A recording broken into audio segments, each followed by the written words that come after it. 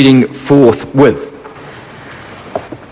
I call the Honourable Minister Kate Wilkinson. Thank you, Mr Speaker. I move that the Freedom Camping Bill be now read a third time. Mr Speaker, freedom camping is a valued tradition in New Zealand, as we've heard, and this government wants to ensure that it stays that way. It is unfortunate that we do need this bill, but we do. We want freedom camping to continue, and for that to happen it needs to be managed before communities lose their patience. We are an outdoors destination. Our land is the cornerstone of our identity, and we have always welcomed tourists who want to share in its grandeur. We want to retain our natural beauty and not see our most pristine spots degraded by human waste and rubbish. This bill, Mr Speaker, is about protecting our environment and our reputation. It allows local authorities and the Department of Conservation to better protect our most popular tourism destinations so that everyone can enjoy them. The presumption is that people can camp unless a location is specifically restricted. Councils cannot issue blanket bans across their districts, as some have claimed. This bill is purposely pro-camping, as we recognise that the majority of freedom campers are responsible and take great care to clean up after themselves.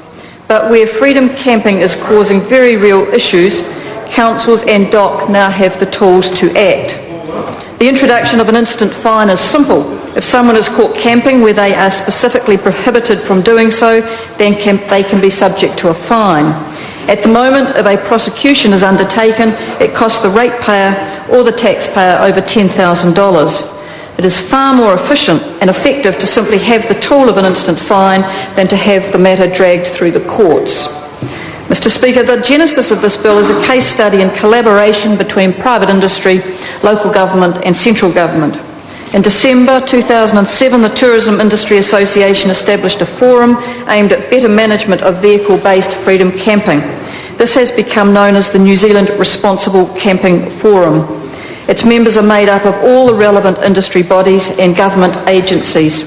The forum succeeded in achieving a unified stance on how best to manage freedom camping with a mix of regulatory and non-regulatory tools.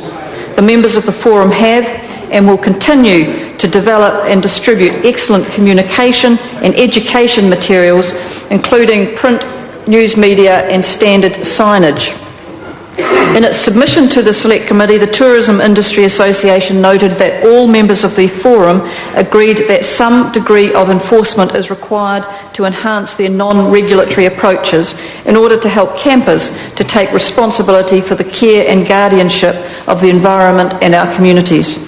It pointed out that the forum has been under increasing pressure to help establish a nationally consistent enforcement regime that can be used to fine campers who deliberately camp in places or in ways that are not tolerable for communities.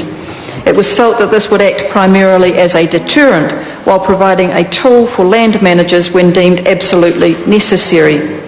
Used wisely, a nationally consistent enforcement regime will support the information-based approach and help remove community tension that has grown from a sense of powerlessness when campers have ignored local advice and direction. The Minister of Local Government, the Minister for the Environment and I, in my role as Minister of Conservation, have worked together to respond to the needs identified by the forum, the wider community, our tourism sector and the needs of our environment. The Freedom Camping Bill is a result of that collaboration.